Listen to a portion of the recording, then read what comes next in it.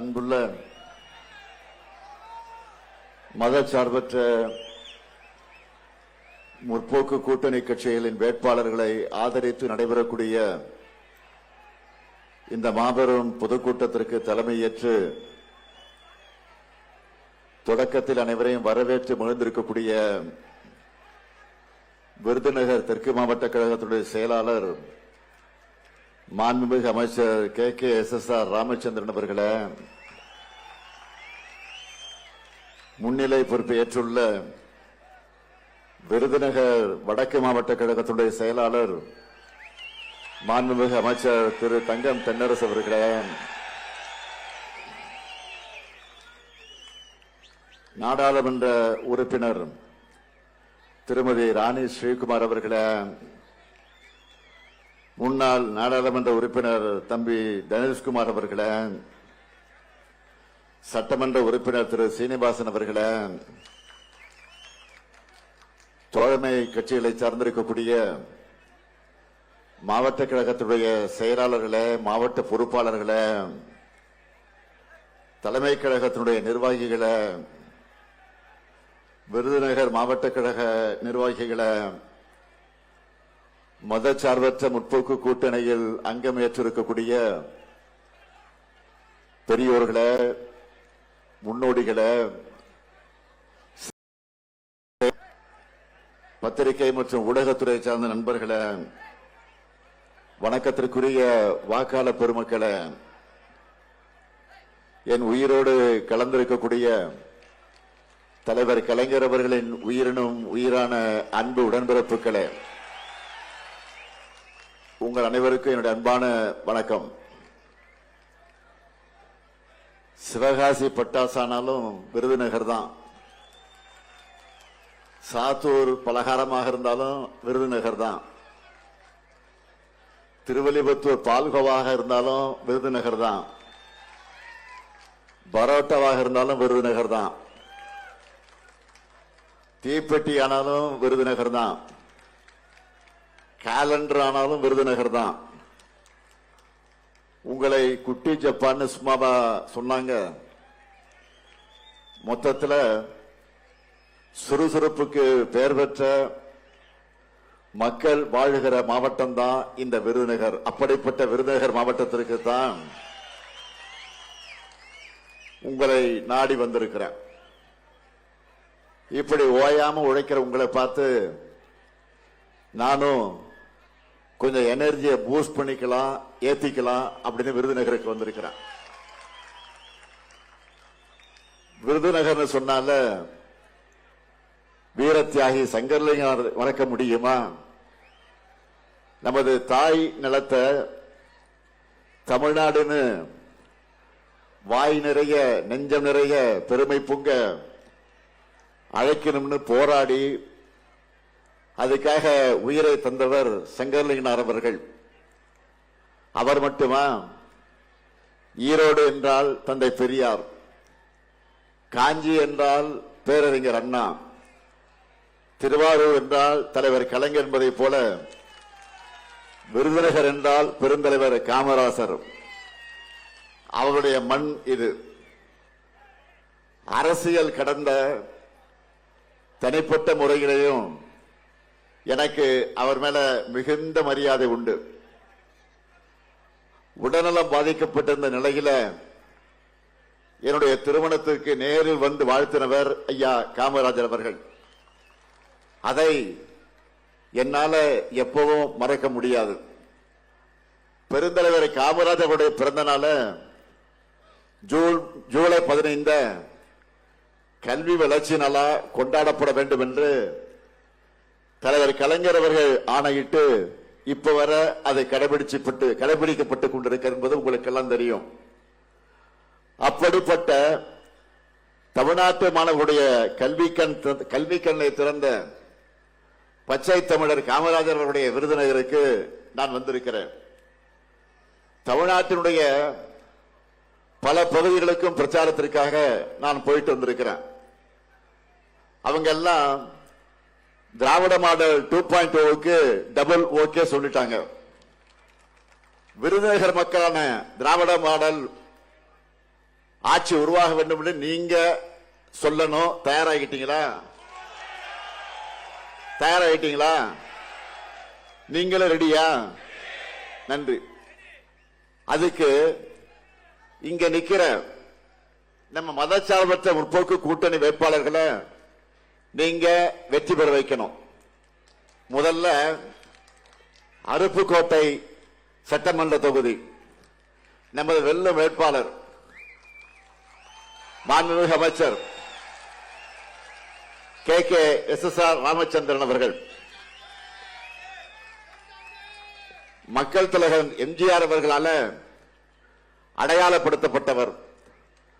அந்த காலம் முதல் இந்த காலம் வரை சுறுசுறுப்பா மக்கள் பணி ஆற்றிக் கொண்டிருக்கக்கூடியவர். தமிழ்நாடு வரலாற்றிலே இல்லாத அளவுக்கு நம்முடைய திராவிட மாடல் ஆட்சியில ஏறக்குறைய 23 லட்சம் பேருக்கு பட்டா வழங்கி சாதனை படைத்திருக்கிறோம் என்றால் அந்த சாதனைக்கு பொறுப்பேற்று செயல்பட்டவர் தான் இவர். அப்படிப்பட்ட நம்ம அண்ணாச்சி KKSSR ராமச்சந்திரன் அவர்களுக்கு நீங்க எல்லாம் உதயசூரியன் சின்னத்தில் உங்களுடைய ஆதரவை தந்திட வேண்டும். அடுத்து திருச்சூழி சட்டமன்ற தொகுதி நமது வெல்லும் வேட்பாளர் மாண்புமிகு அமைச்சர் என்னுடைய இனிய சகோதரர் தங்கம் தென்னரசு அவர்கள். தலைவர் கலைஞருடைய அன்பு தூண். அது மட்டுமல்ல, என்னுடைய வளர்ச்சிக்கு அடித்தளமிட்ட அண்ணன் தங்கபாண்டியனுடைய அருமை மகன் நம்முடைய தங்கம் தென்னரசு அவர்கள். 5 முறை சட்டமன்ற உறுப்பினராக வென்ற தங்கம் தென்னரசு அவர்கள் தமிழ்நாட்டை அனைத்து வகையிலும் உயர்த்திய திராவிட மாடல் ஆட்சியுடைய நிதித்துறையை தலைமை பெற வச்சு பெருமைக்குரிய சொந்தக்காரர் நம்முடைய தங்கம் தென்னரசு அவர்கள். இன்னும் சொல்லணும்னா இவரை எதிர்த்து வைக்கவே எதிர்கட்சி வேட்பாளர் அறிவிக்கப்பட்டவர் விரும்பலன்னு செய்திகளும் வந்துட்டு இருக்கு. அந்த அளவு வலிமையான வேட்பாளர். அப்படிப்பட்ட தங்கம் தென்னரசு அவர்களுக்கு உதயசூரியன் சின்னத்தில் நீங்க எல்லாம் மீண்டும் ஆதரிச்சு அவரை வெற்றி பெற வைக்கணும். அடுத்து சாத்தூர் சட்டமன்ற தொகுதி நமது வெல்லும் வேட்பாளர் கடற்கரை ராஜ் அவர்கள். மாவட்ட சேர்மனாக இருந்து மக்கள் பணி ஆற்றியவர். கழகத்தின் மேற்கு ஒன்றிய செயலாளராக தீவிர பணியை செய்து கொண்டிருக்கக்கூடியவர். அப்படிப்பட்ட கடற்கரை ராஜ் அவர்களுக்கு நீங்கள் எல்லாம் உதயசூரியன் சின்னத்தில் சாத்தூர் மக்களாகிய நீங்கள் உங்களுடைய பொன்னான வாக்குகளை வழங்கிட வேண்டும். அடுத்து ராஜபாளையம் தொகுதி சட்டமன்ற தொகுதி நம்முடைய வெல்லும் வேட்பாளர் தங்கபாண்டியன் அவர்கள் 2 முறை ராஜபாளையம் சட்டமன்ற உறுப்பினராக வெற்றி பெற்று உங்களுக்கு நன்றாக அறிமுகமானவர். தொகுதி மக்களுக்காக பல்வேறு சமூக சேவை பணிகளையும் ஆற்றி வரக்கூடியவர்.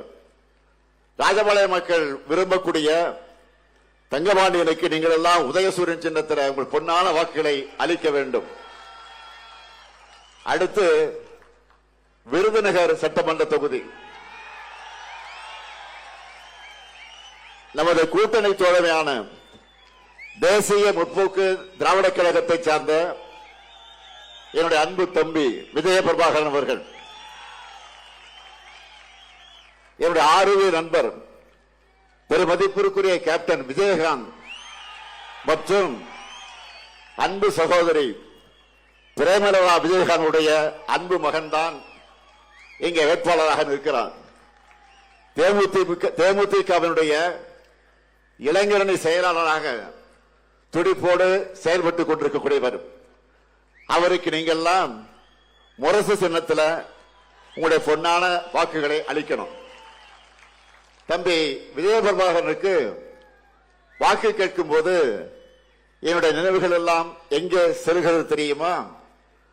அவருடைய தந்தை என்னுடைய இனிய நண்பர் ஆர்வி நண்பர் கேப்டன் விஜயகாந்த் அவர்கள் மக்கள் ஆணையிட்டால் என்ற ஒரு திரைப்படத்தில் வேட்பாளராக நடித்தார். அதில் நான் கௌரவ வேடமாக ஒரு பாட்டு பாடி அதில் வருவேன்.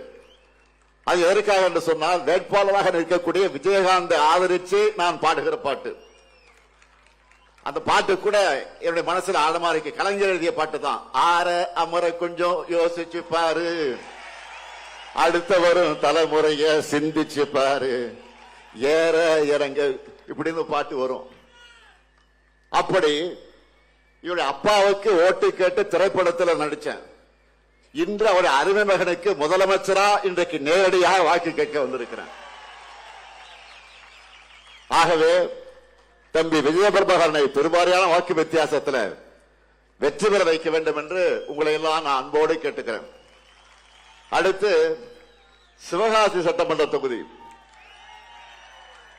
நம்முடைய அன்பு சகோதரர் ராகுல் காந்தி அவர்களால் அறிவிக்கப்பட்ட நமது வெல்லும் வேட்பாளர் காங்கிரஸ் கட்சியை சேர்ந்த அசோகன் அவர்கள் சிவகாசி நகரமன்றத்தினுடைய துணைத் தலைவராக செயல்பட்டவர்.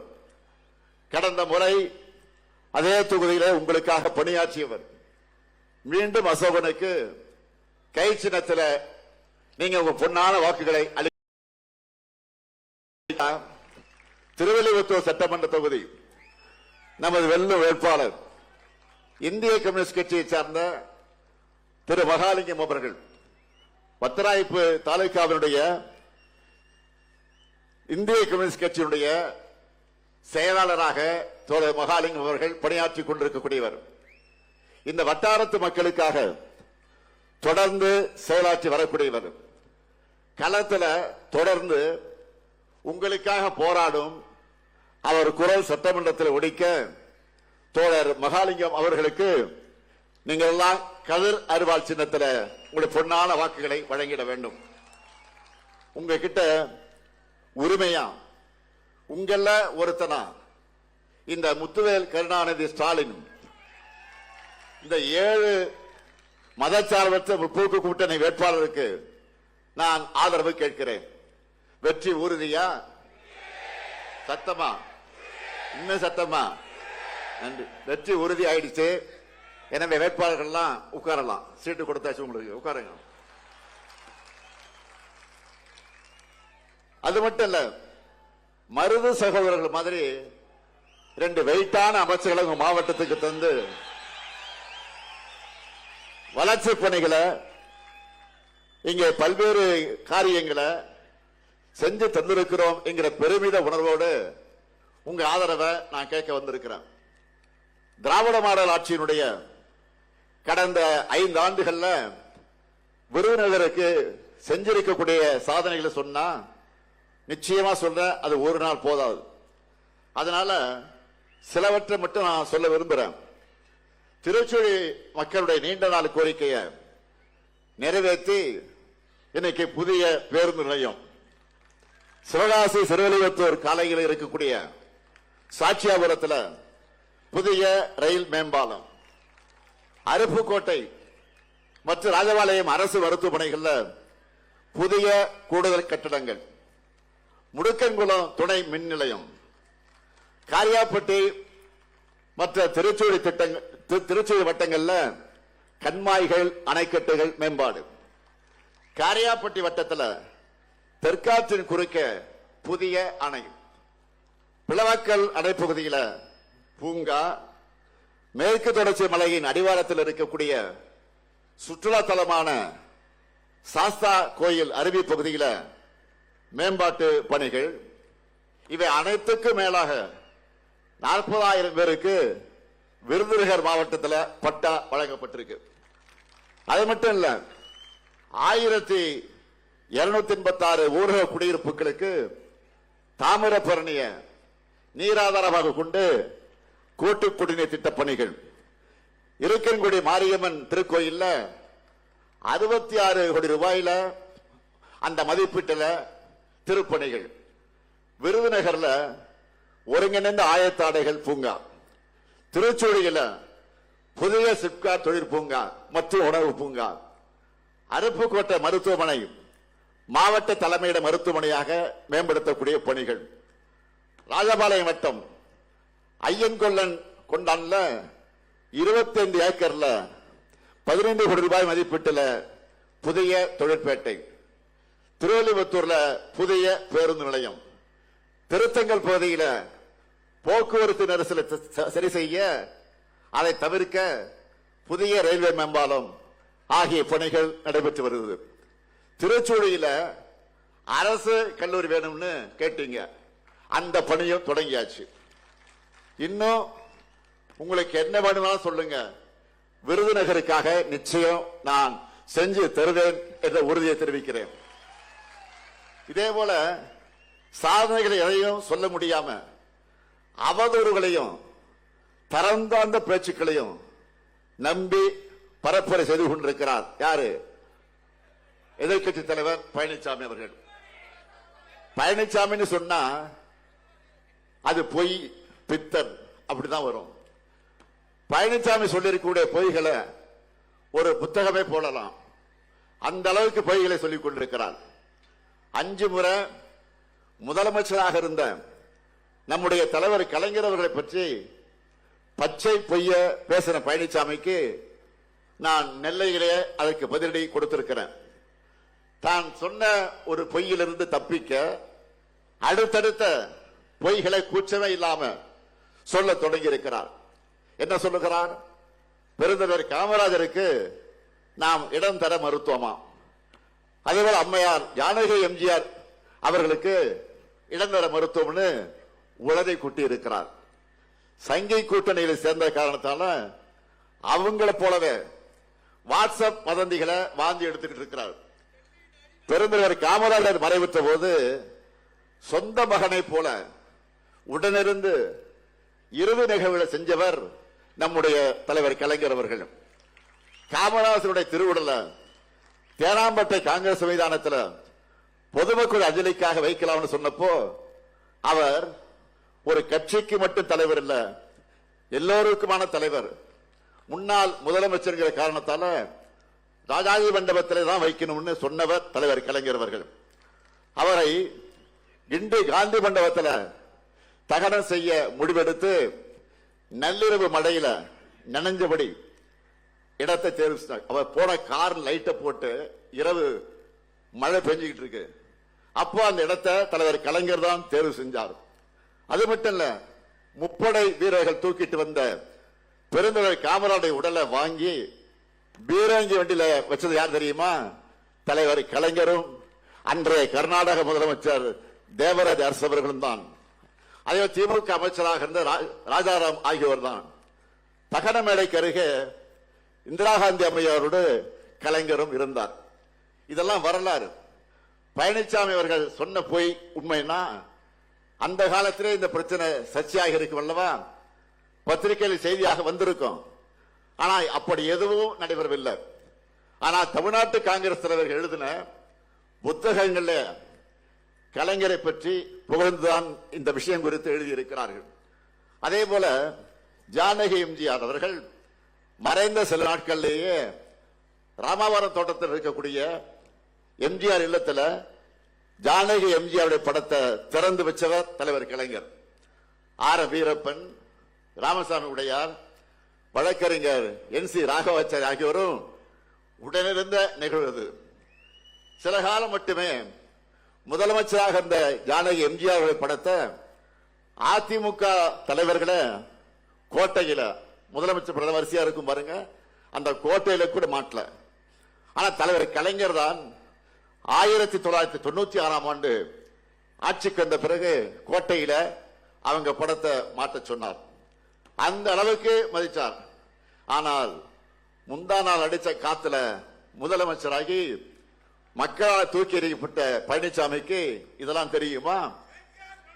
தப்பு பண்ணா வருத்தம் தெரிவிக்கிறதா நல்ல மனிதனுக்கு இலக்கணம்.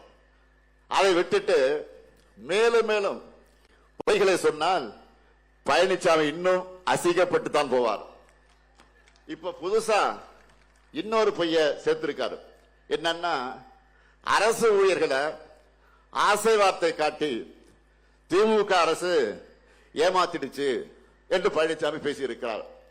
அப்படி ஏமாத்தி இருந்தா அரசு ஊழியர்கள் சங்க நிர்வாகிகள் என்னை கோட்டையில வந்து சந்திச்சு நன்றி சொல்லி எனக்கு இனிப்பு ஊட்டி இருப்பாங்களா சொல்லுங்க.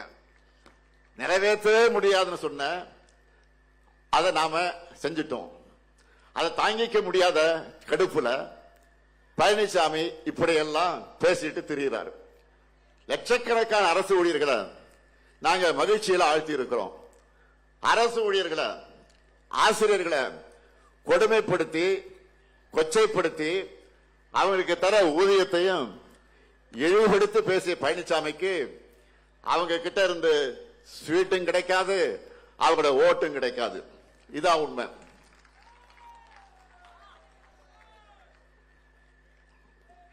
இங்க இருக்கிற நிதியமைச்சர் தங்கம் தென்னரசு உட்கார்ந்து இருக்கிறார். அதை எப்படியாவது நிறைவேற்ற வேண்டும் என்று எவ்வளவு முயற்சி எடுத்தோன்னு அவருக்கு முழு விவரம் தெரியும். நம்மோட வரிப்பணம் மொத்தத்தையும் வாங்கி பாஜக ஆளும் வடமாநிலங்களுக்கு ஒன்றிய அரசு கொடுக்கிறாங்க. இதனால் ஏற்படுத்தப்படுகிற செயற்கையான நிதி நெருக்கடி மீறி இந்த ஓய்வூதிய திட்டம் உள்ளிட்ட எல்லாவற்றையும் நாம நிறைவேற்றி காட்டியிருக்கிறோம். அரசு ஊழியர்களுக்கு மட்டுமா துரோகம் செஞ்சாரு? பழனிசாமி துரோகம் பண்ணாத தரப்பே தமிழ்நாட்டில் இருக்க முடியாது. 3 வேளாண் சட்டங்கள் ஆதரிச்சு உழவர்களுக்கு துரோகம், பொள்ளாச்சியில பாலியல் குற்றவாளிகளை காப்பாற்ற முயற்சி பண்ணி பெண்களுக்கு துரோகம், குடியுரிமை திருத்த சட்டம் திருத்த சட்டம் பாஜகவோட எல்லா சட்டத்துக்கும் ஆதரவு கொடுத்து சிறுபான்மை சமூகத்துக்கு துரோகம், கட்சியில உங்களை வளர்த்து விட்ட செங்கோட்டையனுக்கு துரோகம், பதவி கொடுத்த அம்மையார் சசிகலாக்கு தினகரனுக்கு துரோகம், சகோதரர் ஓபிஎஸ் அவர்களுக்கு துரோகம், உங்க ஆட்சியை காப்பாத்தின முன்னாள் சட்டப்பேரவையுடைய தலைவர் தனபால் அவர்களுக்கே சீட்டு கொடுக்காம துரோகம், எல்லாத்துக்கும் மேல மாநில உரிமைகளுக்கு எதிராக செயல்பட்ட பாஜகவை எதிர்த்த அம்மையார் ஜெயலலிதா அவர்களுக்கு அதே பாஜகவோட இன்றைக்கு கூட்டணி வச்சு துரோகம் செஞ்சிருக்கிறார். இப்ப நான் சொன்ன துரோகத்தை உங்களால் என்ன முடிஞ்சுச்சா? ஆனா பழனிசாமியுடைய தோல்விகளை நீங்க எண்ணிடலாம். ஏற்கனவே 10, அடுத்த 11 இல்லையா? பாகுபலி படத்துல சத்யராஜை பார்த்து சொல்ற மாதிரி ஒரு டைலாக் வரும், விசுவாசத்துக்கு ஒரு உருவம் இருந்தா அது நீதான் கட்டப்பா அப்படின்னு ஒரு வசனம் வரும்.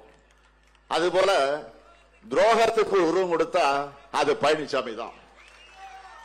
இப்படி தன்னையே நம்பிய அத்தனை பேருக்கு அல்வா கொடுத்த பழனிசாமி பேசுறத மக்கள் எப்படி நம்புவாங்க? அதுவும் நீங்க ஆட்சி செஞ்ச லட்சணத்தை தான் தமிழ்நாடு 4 வருஷம் பார்த்துச்ச.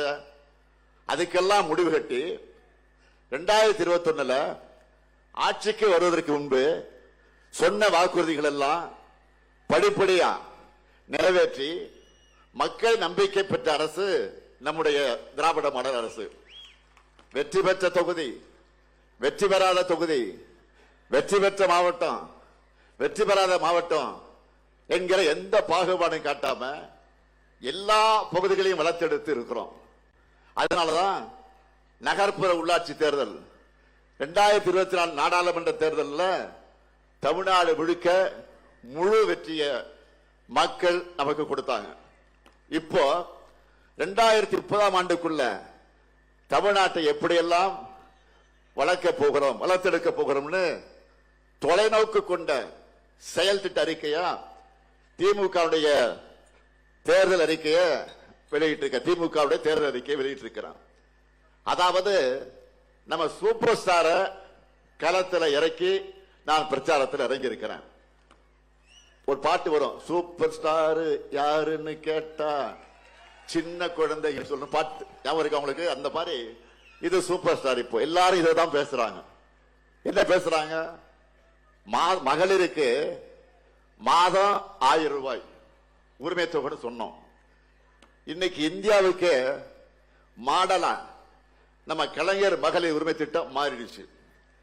இந்த திட்டத்தால பலருடைய வாழ்க்கையை மாறிடுச்சு. செல்வி என்ற சகோதரி ஒரு பேட்டி கொடுத்திருக்காங்க, நீங்களும் பார்த்திருப்பீங்க, நானும் பார்த்தேன். கணவரை இழந்துட்டாங்க, 2 பெண் பிள்ளைகள், வீட்டு வேலைக்கு போய் குடும்பத்தை காப்பாத்துறாங்க.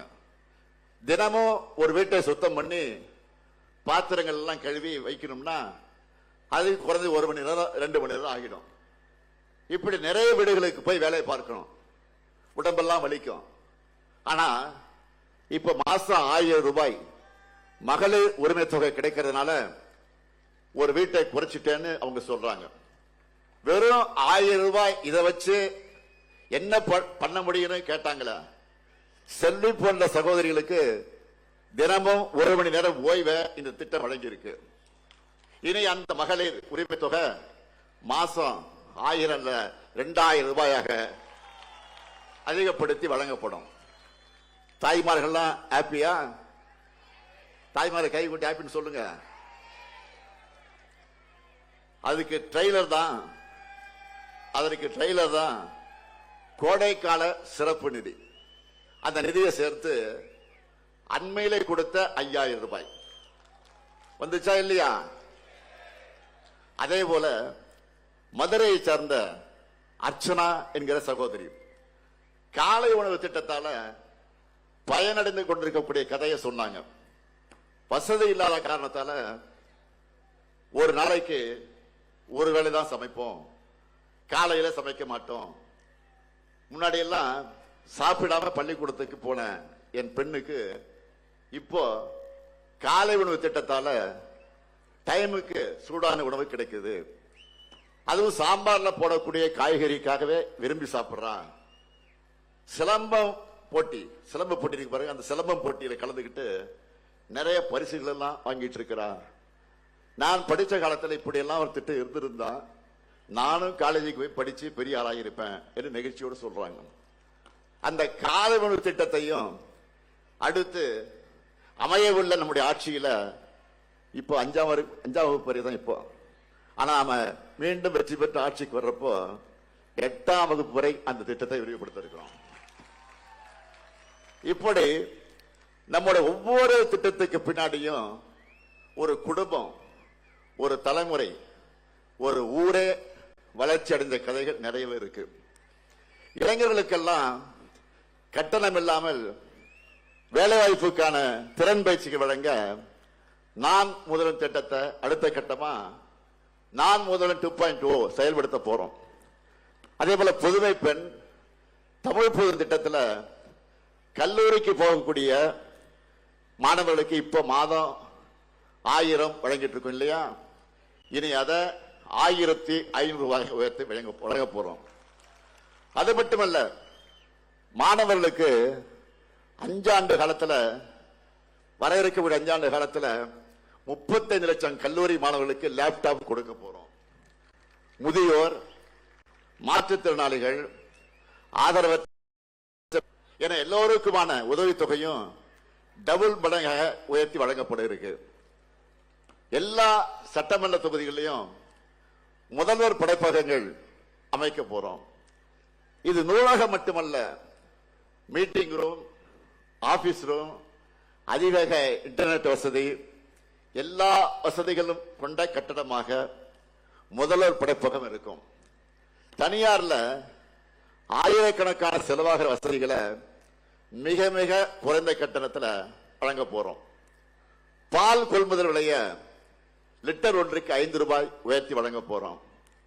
எல்லாத்துக்கும் மேல பெண்கள் ஒவ்வொருத்தரும் மகிழ்ச்சி அடையக்கூடிய வகையில ஒரு அருமையான திட்டம், ஒரு அல்டிமேட் அறிவிப்பை வெளியிட்டு இருக்கிறோம். என்னன்னு தெரியும் உங்களுக்கு? இல்லத்தரசி திட்டம். எல்லாரும் இதுக்காகத்தான் வெயிட் பண்ணிட்டு இருந்தீங்க. என்ன இல்லத்தரசி திட்டம்? 8000 ரூபாய் கூப்பன். எதுக்கான கூப்பன்? இல்லத்தரசிகளான நீங்க உங்களுக்கு தேவையான வீட்டு உபயோக பொருளை உங்க ஊர்ல உங்களுக்கு விருப்பமான கடையில உங்களுக்கு பிடிச்ச மாதிரி வாங்கிக் கொள்வதற்கான கூப்பன். புதுசா வாங்கிக்கலாம், பழச கொடுத்துட்டு எக்ஸ்சேஞ்ச் பண்ணிக்கலாம். என்ன வாங்கணும், எப்படி வாங்கணும், எந்த கடை, எந்த கலர், எல்லாமே உங்களுடைய சாய்ஸ் தான். உங்க கனவு யாராவது தலையிட்டா விடாதீங்க, சும்மா உங்க இஷ்டத்துக்கு, உங்க சாய்ஸ் இது.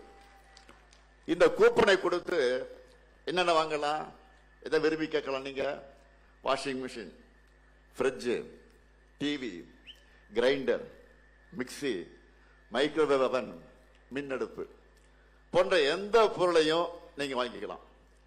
என்னை பொறுத்தவரை நம்ம குடும்பத் தலைவருடைய வீட்டு வேலை சுமை பெருமளவு குறைஞ்சிரும். அதுதான் இந்த திட்டத்துடைய முக்கிய நோக்கம். இன்னைக்கு தமிழ்நாடு முழுக்க இந்த திட்டத்தை பத்தி தான் எல்லோரும் மகிழ்ச்சியா பேசிட்டு இருக்காங்க. ஒருத்தர் தான் சோகமா இருக்காரு. யார் அவரு? பழனிசாமி. இல்லத்தரசி திட்டத்தை கிடைச்ச வரவேற்பை பார்த்துட்டு இதுல திமுக காரங்க கமிஷன் அடிப்பாங்க என்று அடிப்படை இல்லாம புலம்பிட்டு இருக்காரு. பணத்துக்கு பதிலாக கூப்பன் தரோம், மக்கள் கடையில கொடுத்து பொருளை வாங்கிக்க போறாங்க. இதுல எங்க ஊழலும் கமிஷன் வந்துச்சு? தன்னை போலவே பழனிசாமி எல்லோரையும் நினைச்சிட்டாரு. எது எப்படியோ இல்லத்தரசு அறிவிப்பால் எதிர்கட்சி தலைவர் பழனிசாமி இப்போ பியூஸ் போன சாமி ஆயிட்டாரு. தேர்தல் அறிக்கையில இன்னும் சில அறிவிப்புகள் இருக்கு. தொழிற்சாலைகள் அதிகம் உள்ள நகரங்கள்ல பெண்கள் வேலைக்கு செல்வதை எளிதாக்கும் பொருட்டு 1000 குழந்தைகள் காப்பகங்கள் உருவாக்க போறோம். திராவிட மாடல் 2.0 பிற்படுத்தப்பட்டோர், மிகவும் பிற்படுத்தப்பட்டோர், சீர்மரபினர் ஆகியோர் தொழில் தொடங்குவதற்கு உச்சவரம்பு 30 லட்சம் ரூபாயாக உயர்த்தப்படும். கட்டுமான தொழிலாளர்களுக்காக தமிழ்நாடு முழுக்க 500 உழைப்பாளர்கள் கூடங்கள் அனைத்து வசதிகளோடு அமைக்கப்படும். மகளிர் சுய உதவி குழு பெண்கள் ஷேர் ஆட்டை வாங்க மானியத்தோடு கூடிய வங்கி கடன் பெற்று தரப்படும். நெசவாளர்களின் நலனுக்காக தமிழ்நாட்டில் 10 கைத்தறி பூங்காக்கள் அமைக்கப்படும். 50 கைத்தறி குழுமங்கள் அமைக்கப்படும். 10,000 கைத்தறிகளை 90 விழுக்காடு மானியத்தோடு நவீனப்படுத்துவோம். முதியோர்களுக்கான அன்புச்சோலை இல்லங்கள் எல்லா மாவட்டங்களிலும் அமைக்கப்படும். அனைத்து தரப்பு அரசு பள்ளிகளையும் 100 விழுக்காடு ஸ்மார்ட் வகுப்பறைகள் அமைக்கப்படும். கலைஞர் கனவு இல்லம் உள்ளிட்ட திட்டங்கள் மூலமா வீடற்ற ஏழைகளுக்கு அடுத்த 5 வருஷத்துல 10 லட்சம் வீடுகள் கட்டித்தரப்படும். இங்க இருக்கக்கூடிய விருதுநகர் சுற்று வட்டார மக்களை மகிழ்விக்க ஸ்பெஷல் வாக்குறுதிகளும் இருக்கு. என்னன்னா, விருதுநகர் தூத்துக்குடியில பசுமை பட்டாசு உற்பத்தி ஊக்குவிக்கப்படும். தமிழ்நாடு பனைமர தொழிலாளர்கள் நல வாரியத்தில் பதிவு செய்திருக்கக்கூடிய பனை தொழிலாளர்களுக்கு தேவையான பனைமரம் ஏறக்கூடிய கருவிகள் உட்பட இதர கருவிகள் 100 விழுக்காடு மானியத்தோடு வழங்கப்படும். தமிழ்நாடு பனைமர தொழிலாளர்கள் நல வாரியத்தில் பதிவு செய்திருக்கக்கூடிய பனை தொழிலாளர்களுக்கு காப்பீடு வசதி ஏற்படுத்தப்படும். அவங்க குடும்பத்திற்கு கல்வி, மருத்துவம் ஆகியவற்றுக்கு கூடுதல் உதவிகள் வழங்கப்படும். இப்படி தமிழ்நாட்டின் ஒவ்வொரு துறையும் ஒவ்வொரு தரப்பினரையும் மனசுல வச்சு தேர்தல் அறிக்கையை ரெடி பண்ணி இருக்கோம். எப்படிப்பட்ட அறிக்கை இது? 6லிருந்து 60 வரை, பெண்கள் முதல் ஆண்கள் வரை, இளைஞர்கள் முதல் முதியோர் வரை. திமுக தேர்தல் அறிக்கை எல்லாருக்கும் பிடிக்கும், பிடிக்காதவங்களே இருக்க முடியாது. அதனால்தான் இதை 2026 தேர்தல் களத்தினுடைய சூப்பர் ஸ்டார் சொல்லி நான் அறிமுகப்படுத்தினேன். வாக்குறுதியை யார் வேண்டுமானாலும் கொடுக்கலாம், ஆனா திமுக கொடுக்கிற வாக்குறுதியை தான் மக்கள் நம்புகிறார்கள். மற்றவங்க என்ன சொன்னாலும் அதுக்கு எந்த மதிப்பும் கிடையாது. யார் சொல்றாங்க என்பதை பொறுத்துத்தான் அதுக்கான மதிப்பு. என்டிஏவை பொறுத்த வரைக்கும் தமிழ்நாட்டுக்கு எதிராக எல்லா வேலையும் பார்த்துட்டு தேர்தல் வந்தா மட்டும் தமிழ் மேல பாசம் இருக்கிற மாதிரி காமராஜர், எம்ஜிஆர் மாதிரி தலைவர்களை சொந்தம் கொண்டாடவும் கிளம்பிடுறாங்க. இவங்களோட சங்கி கூட்டம் தான் 1966ஆம் ஆண்டு காமராஜரை டெல்லியில வீட்டோட வச்சு கொளுத்த பார்த்தாங்க. மனித தர்மத்திற்கும் காமராஜர் மனித தர்மத்துக்கும் நடக்கக்கூடிய பலாத்கார போராட்டம்னு தந்தை பெரியார் கண்டிச்சார். இப்படி காலந்தோறும் தமிழ் மீதும், தமிழர்கள் மீதும், தமிழ் தலைவர்கள் மீதும், தமிழ் பண்பாட்டின் மீதும் இவங்களுக்கு வெறுப்பு தான். இப்படிப்பட்ட தமிழின விரோதிகளோட பழனிசாமி கூட்டணி வச்சிருக்கிறார். பாஜகவுடைய ஒரே நோக்கம் தமிழ்நாட்டின் வளர்ச்சியை தடுக்கிறது தான். என்டிஏ ஆட்சி தமிழ்நாட்டுக்கு வந்தா என்ன ஆகும்னு நாம கற்பனை பண்ணி கூட பார்க்க வேண்டிய அவசியம் இல்லை. இந்தியா முழுக்க பாஜக புகுந்த மாநிலங்கள் என்ன கதியில் இருக்கு, பாஜக கூட கூட்டணி சேர்ந்த தலைவர்களும் கட்சிகளும் என்ன ஆனாங்கன்னு பார்த்தால நமக்கு பதில் கிடைச்சிடும். நாம இப்ப போராடுறது திராவிட முன்னேற்ற கழகத்தின் வெற்றிக்காக மட்டும் இல்ல, ஒரு கூட்டணி கட்சியுடைய வெற்றிக்காக மட்டுமல்ல, தமிழ்நாட்டினுடைய வெற்றிக்காக மறந்துவிடக்கூடாது. தமிழ்நாடு அணியா டெல்லி அணியா என்கின்ற ஜனநாயக போர்ல அரசியல் விருப்பு வெறுப்புகளுக்கு அப்பாற்பட்டு விருதுநகர் மக்கள் அனைவரும் திமுக தலைமையிலான மதச்சார்பற்ற முற்போக்கு கூட்டணியை ஆதரிக்கணும். சொன்னதை செய்யும் தலைவர் கலைஞரின் மகளா கேட்கிறேன். அருப்புக்கோட்டை சட்டமன்ற தொகுதியில நம்முடைய வேட்பாளர் KKSSR ராமச்சந்திரன் அவர்களுக்கும், திருச்சூழி சட்டமன்ற தொகுதியில நமது வேட்பாளர் மாண்புமிகு அமைச்சர் தங்கம் தென்னரசு அவர்களுக்கும், சாத்தூர் சட்டமன்ற தொகுதியில நமது வேட்பாளர் கடற்கரை அவர்களுக்கு, ராஜபாளையம் சட்டமன்ற தொகுதியில நம்முடைய வேட்பாளர் தங்கவாணி அவர்களுக்கும் நீங்கள் உதயசூரியன் சின்னத்தில் வாக்களித்து வெற்றி பெற வைக்கணும். அதே போல விருதுநகர் சட்டமன்ற தொகுதியில நமது தோழமை கட்சியான தேமுதிகவினுடைய வெல்லும் வேட்பாளர் நம்முடைய மதிப்பிற்குரிய கேப்டனின் மகன் விஜயபிரபாகரன் அவர்களுக்கு முரசு சின்னத்தில் வாக்களித்து பெருவாரியான வாக்கு வித்தியாசத்தில் வெற்றி பெற வைக்கணும். சிவகாசி சட்டமன்ற தொகுதியில சகோதரர் ராகுல் காந்தியின் ஆதரவு பெற்ற காங்கிரஸ் கட்சியின் வேட்பாளர் அசோகனுக்கு கை சின்னத்தில் வாக்களித்து வெற்றி பெற வைக்கணும். ஸ்ரீவில்லிபுத்தூர் சட்டமன்ற தொகுதியில நம்முடைய தோழமை இயக்கமாம் இந்திய கம்யூனிஸ்ட் கட்சியை சேர்ந்த தோழர் மகாலிங்கம் அவர்களுக்கு கதிர் அருவாள் சின்னத்தில் நீங்கள் உங்கள் பொன்னான வாக்கு அளிக்கணும். அமையவிருக்கும் திராவிட மாடல் 2.0 ஆட்சியில எங்க சாதனைகளை நாங்களே முறியடைக்கக்கூடிய வகையில் ஆட்சியை வழங்குவோம். நாடு வளம் பெற, நல்லாட்சி தொடர்ந்திட ஆதரிப்பீர். மதச்சார்பற்ற முற்போக்கு கூட்டணி வேட்பாளர்களை வெல்வோம் ஒன்றாக, வெல்வோம் ஒன்றாக, வெல்வோம் ஒன்றாக. நன்றி, வணக்கம்.